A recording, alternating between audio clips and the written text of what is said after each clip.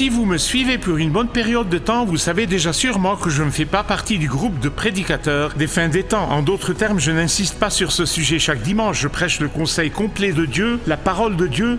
Mais cette série de messages est une série particulière, pas parce que je spécule si la fin est proche ou non, mais je vous parle des signes que le Seigneur Jésus nous a donnés dans Matthieu 24 et 25, et il vous reste à vous de décider.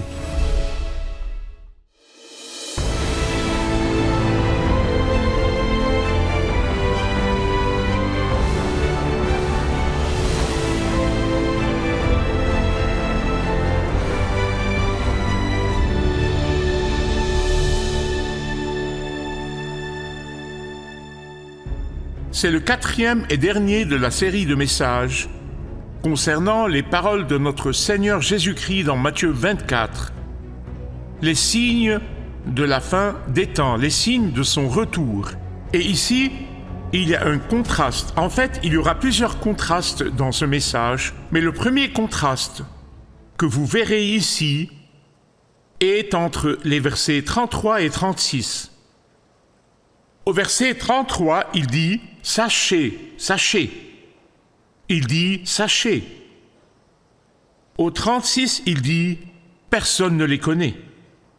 Nous ne connaissons pas le moment exact, la date exacte, l'heure exacte du retour du Seigneur. Ah, mais nous savons quand il est prêt d'arriver. Aujourd'hui, je veux regarder les passages au verset 36 à 51 de Matthieu 24, et Jésus a dit à ceux qui regardaient, il nous a donné 3 images ou 3 histoires, et ces 3 images soulignent à quel point le retour du Christ sera soudain et inattendu. Il sera si soudain, il sera si rapide et si subit. Comme nous regardons les versets restants de Matthieu 24, je veux que vous gardiez à l'esprit la différence entre la naissance du bébé, et c'est l'image que notre Seigneur nous a donnée tout au début, n'est-ce pas? La naissance du bébé et le voleur dans la nuit. Gardez ces images-là en tête. La naissance du bébé est attendue. Le voleur dans la nuit ne l'est pas. D'après mon explication simple, je vois que les vrais croyants, ceux qui aiment le Seigneur Jésus, ceux qui lui ont consacré leur vie, sont comme les membres de la famille d'une femme enceinte. Ils sont dans l'attente du grand événement. Ils attendent avec impatience le grand événement. Ils attendent ce grand événement. Ils attendent ce grand événement. Ils ne savent pas quand ni à quelle heure, mais ils attendent. Les soi-disant chrétiens de nom seulement, et les non-croyants seront dans un état de choc lorsqu'ils se réveilleront soudainement et leur bien le plus précieux, qui est leur âme, aura disparu. Elle sera perdue. Et donc, avec cet aperçu du contexte, regardons le passage.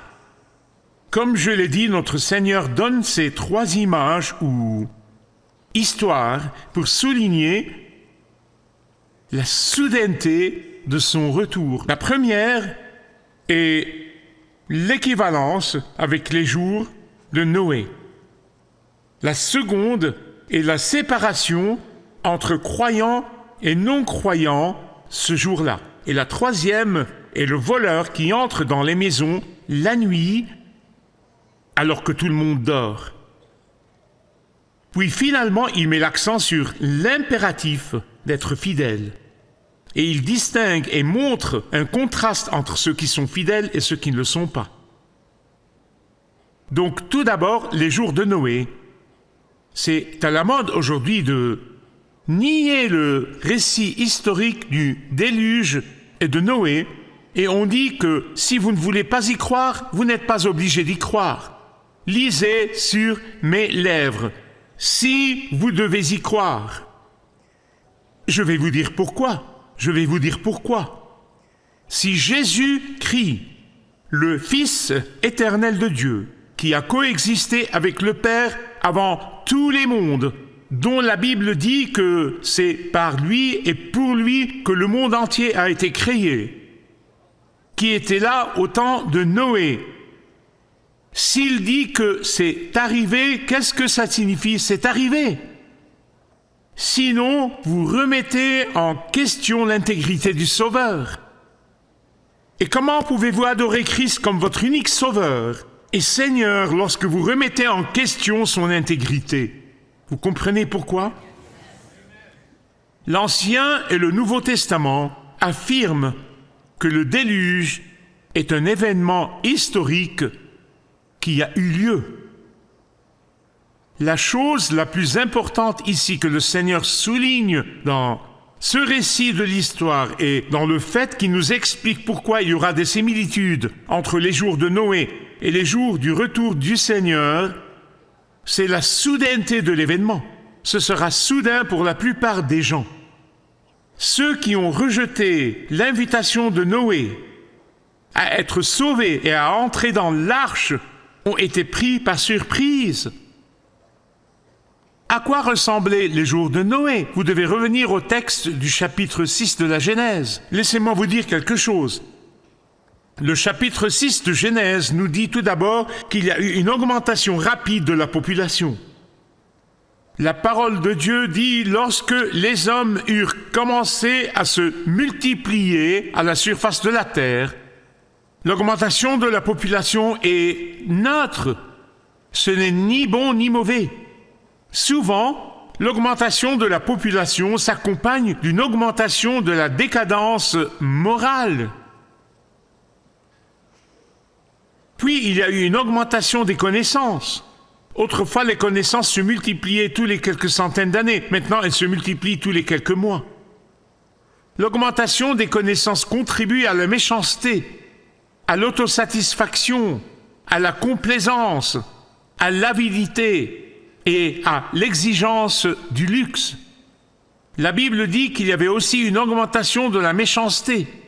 La Bible dit l'Éternel vit que les hommes commettaient beaucoup de mal sur la terre et que toutes les pensées de leur cœur se portaient constamment et uniquement vers le mal. Une autre caractéristique des jours de Noé que nous voyons aujourd'hui littéralement de nos propres yeux est la dérision de la prédication de la vérité biblique. Dans 2 Pierre 2,5, il est écrit que quand Noé construisait l'arche, il invitait les gens à venir échapper au jugement, il se moquait de lui, il riait de lui et le couvrait de ridicule. Sans aucun doute, il pensait que Noé avait perdu la tête, il a perdu la boule. Il n'avait jamais vu de pluie dans cette région du monde, encore moins d'inondations. De quoi parle-t-il? Et la Bible dit que pendant 120 ans, pensez-y, ce type a prêché pendant 120 ans. Et il a prêché, et il a averti, et il a invité les gens à se repentir. Mais aucun d'entre eux ne l'a fait. Il se moquait de lui, il se moquait de lui. Dans 2 Pierre 3, 3 et 4, il est écrit « Dans les derniers jours viendront des moqueurs. Ces hommes vivront en suivant leurs propres désirs et diront « Où est la promesse de son retour ?»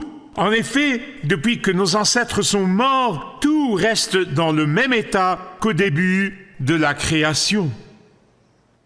Dans 2 Timothée chapitre 3 versets 1 à 5, dans les derniers jours, il y aura des temps difficiles, car les hommes seront égoïstes, amis de l'argent, vantards, orgueilleux, blasphémateurs, rebelles à leurs parents, ingrats, impies, insensibles. Ils auront l'apparence de la piété, mais renieront ce qui en fait la force.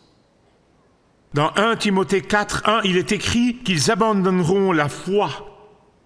Vous n'abandonnez pas la foi si vous ne l'avez pas déclarée à un moment donné. Écoutez-moi bien, s'il vous plaît. Quand Dieu a fermé la porte de l'arche, il n'est jamais dit que Noé a fermé la porte. Non, non, la Bible dit que Dieu a fermé la porte. Personne n'a pu l'ouvrir. La justice Et il était trop tard. Tout comme au retour du Christ, il sera trop tard. Trop tard pour se repentir, trop tard pour croire, trop tard pour venir à lui. La deuxième illustration que notre Seigneur utilise ici pour souligner la soudaineté de son retour est la séparation entre croyants et non-croyants, entre ceux qui aiment le Seigneur Jésus et ceux qui prétendent être chrétiens. La leçon importante que Jésus enseigne est la suivante. Il nous avertit qu'il y aura une séparation soudaine. Deux travailleront ensemble, deux étroitement liés l'un à l'autre, deux voisins d'à côté, deux partageront un bureau, deux colocataires. Un ira au paradis, l'autre ira en enfer.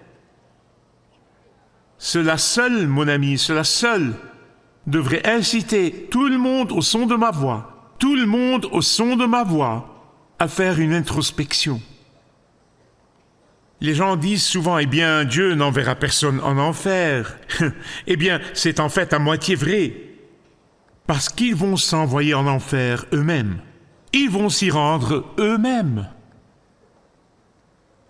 Le désir de Dieu, le souhait de Dieu, si vous voulez, c'est que personne ne périsse. À votre avis, pourquoi a-t-il quitté le ciel et est venu sur terre, a vécu comme il a vécu et est mort comme il est mort, et ressuscité et monté au ciel? Eh bien, pour donner à chacun la possibilité de venir croire en lui. Personne dans la Bible n'a parlé de l'enfer autant que Jésus. Est-ce que vous comprenez? Il continue même en disant au verset 51, il dit « Il le punira sévèrement et lui fera partager le sort des hypocrites. Et c'est là qu'il y aura des pleurs et des grincements de dents. Si vous pensez que j'éprouve du plaisir à dire cela, sachez que ce n'est pas le cas. Personne ne devrait en être heureux, personne qui a un cœur pour ceux qui sont perdus.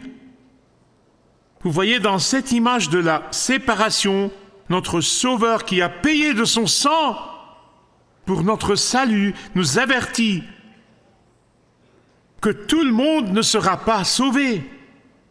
Beaucoup seront perdus. Dieu séparera les fidèles des infidèles. Et c'est pourquoi quiconque m'écoute doit s'examiner et se demander, suis-je dans la foi? Suis-je dans la foi? La troisième image que notre Seigneur utilise ici est celle d'un voleur dans la nuit. Une maison vide pendant la journée est quelque chose d'inouï. Donc, en général, les voleurs viennent pendant la nuit, et donc vous comprenez maintenant pourquoi la nuit. Ils venaient toujours la nuit. La nuit. Ces voleurs de nuit commençaient, en effet, par pousser la porte d'une maison ou d'un magasin. Ils poussaient d'abord doucement dessus pour voir si le propriétaire de la maison a oublié de la verrouiller, pour pouvoir y entrer furtivement. Ensuite, même si elle est verrouillée, ils ont des moyens d'entrer silencieusement pour ne pas réveiller. Ils ne défoncent pas la porte. Ils savent que s'ils font du bruit, ils réveilleront les gens. Ils ne font pas ça. C'est pourquoi ils parlent des voleurs dans la nuit. Ils sont plutôt ce qu'on pourrait appeler des cambrioleurs. Et c'est pour cela que nous voyons la même idée dans 2 Pierre, nous la voyons dans 1 et 2 Thessaloniciens. Ces 2 apôtres, Pierre et Paul, répètent essentiellement ce que notre Seigneur Jésus a dit. Et de nouveau, vous le trouverez dans l'Apocalypse 3, dans la lettre à l'église de Sardes. Écoutez-moi, c'est une lettre à l'église de Sardes. Je veux continuer à m'assurer que vous comprenez, comme je lis, ce qui est écrit. Voici ce qu'il a dit. « Si tu ne restes pas vigilante, Église, je viendrai comme un voleur, sans que tu saches à quelle heure je viendrai te surprendre. Question, qu'est-ce que le voleur vient voler? Qu'est-ce qu'il vient voler? La poubelle? Eh bien, le sac de poubelle est dehors. Il pourrait le prendre, ça aiderait bien en fait. Non. Il vient prendre les objets de valeur. Les objets de valeur. Ce que nous considérons comme le bien le plus précieux et le plus important. C'est ce qu'il recherche. Et c'est pourquoi les gens placent leurs objets de valeur dans un coffre-fort et ont des alarmes. Et nous assurons nos objets de valeur auprès de la compagnie d'assurance. C'est ce que nous faisons de nos objets de valeur. Et nous ne les laissons pas traîner négligemment. Vous savez, entrez et servez-vous. Nous ne faisons pas ça. Seuls les gens négligents font ça. Question. Qu'est-ce qui pourrait être plus précieux que votre âme? Votre âme est le bien le plus précieux. Et c'est pourquoi Jésus a posé la question, que servira-t-il à un homme de gagner le monde entier s'il perd son âme? Et si votre âme, qui est votre bien le plus précieux, a été déposée dans le plus grand coffre-fort de tous les mains de Jésus, alors vous pourrez dormir comme un bébé. Le monde s'effondrera, mais vous êtes en paix. Vous êtes en paix parce que votre bien le plus précieux, votre bien le plus précieux est entre ses mains. Il est entre ses mains. Vous n'avez aucun souci, aucune peur, aucune anxiété. Quand vous voyez les signes de la fin des temps, vous n'êtes pas du tout inquiet. Vous n'avez aucune anxiété lorsque vous voyez les signes des douleurs de l'accouchement. Même lorsque tout le monde autour de vous panique, vous êtes en paix. Vous êtes en paix. Pourquoi? Votre bien le plus précieux est entre les mains du coffre-fort le plus sûr de tous. En fait, cela nous motive vraiment à vivre davantage pour Christ parce que nous sommes en paix avec lui. Quelle que soit la date du retour du Christ, vos sacs spirituels sont faits. C'est plus que cela, c'est veiller. Il ne faut pas juste l'attendre, mais veiller, verset 42. Restez donc vigilants, puisque vous ignorez à quel moment. Verset 44. C'est pourquoi vous aussi tenez-vous prêts. Dans chacune de ces trois images, écoutez attentivement s'il vous plaît, que notre Seigneur utilise ici, il souligne la soudaineté de son retour. Dans l'image de Noé et du déluge, il nous rappelle que beaucoup seront perdus. L'image des deux hommes et des deux femmes qui travaillent dans les champs nous rappelle que l'on ne se sauve pas en étant proche d'autres personnes sauvées. C'est un salut individuel. Et troisièmement, l'image du voleur au milieu de la nuit nous rappelle d'être prudent à l'égard de notre âme, qui est notre bien le plus précieux. Enfin, au verset 45 à 51, le Seigneur nous donne un autre contraste. Je vous ai dit qu'il y avait plusieurs contrastes dans ce passage. Les fidèles et les infidèles, les observateurs et les inconscients. Le serviteur fidèle est non seulement prêt à tout moment, mais il est également fidèle dans son service, ses actions et son don de soi. En fait, c'est leur attente du retour du Maître qui les motive à être fidèles dans cette vie. Ne manquez pas ça, ne manquez pas ça. C'est pourquoi Jésus a dit « Travaillez jusqu'à ce que je vienne ». Il n'a pas dit « Allez-y doucement jusqu'à ce que je vienne ». Reposez-vous jusqu'à ce que je vienne. Dites, me voici, envoie quelqu'un d'autre jusqu'à ce que je vienne. Travailler, que signifie travailler? Ça veut dire être occupé à faire fructifier, à servir, à témoigner, à aider les autres jusqu'à ce que je vienne. Et c'est ce qu'il entend par donner de la nourriture au temps convenable. Vous dites, de quelle nourriture parles-tu? La nourriture spirituelle. Partagez entre nous la parole de Dieu, les paroles d'encouragement de la parole de Dieu. Voici comment Dieu m'a parlé à travers sa parole aujourd'hui. Permettez-moi de partager avec vous. Permettez-moi de vous encourager aujourd'hui. Laissez-moi vous servir aujourd'hui. Et lorsque nous nous servons les uns les autres, c'est là le genre de nourriture dont Jésus parle. Les fidèles veillaient. Ils veillaient. Les infidèles remettent à plus tard et peuvent même abandonner. Mes amis bien-aimés, la Bible parle de maintenant. Le jour du salut est aujourd'hui. Ne le remettez pas. Ne le remettez pas plus tard. Le temps de la fidélité est maintenant.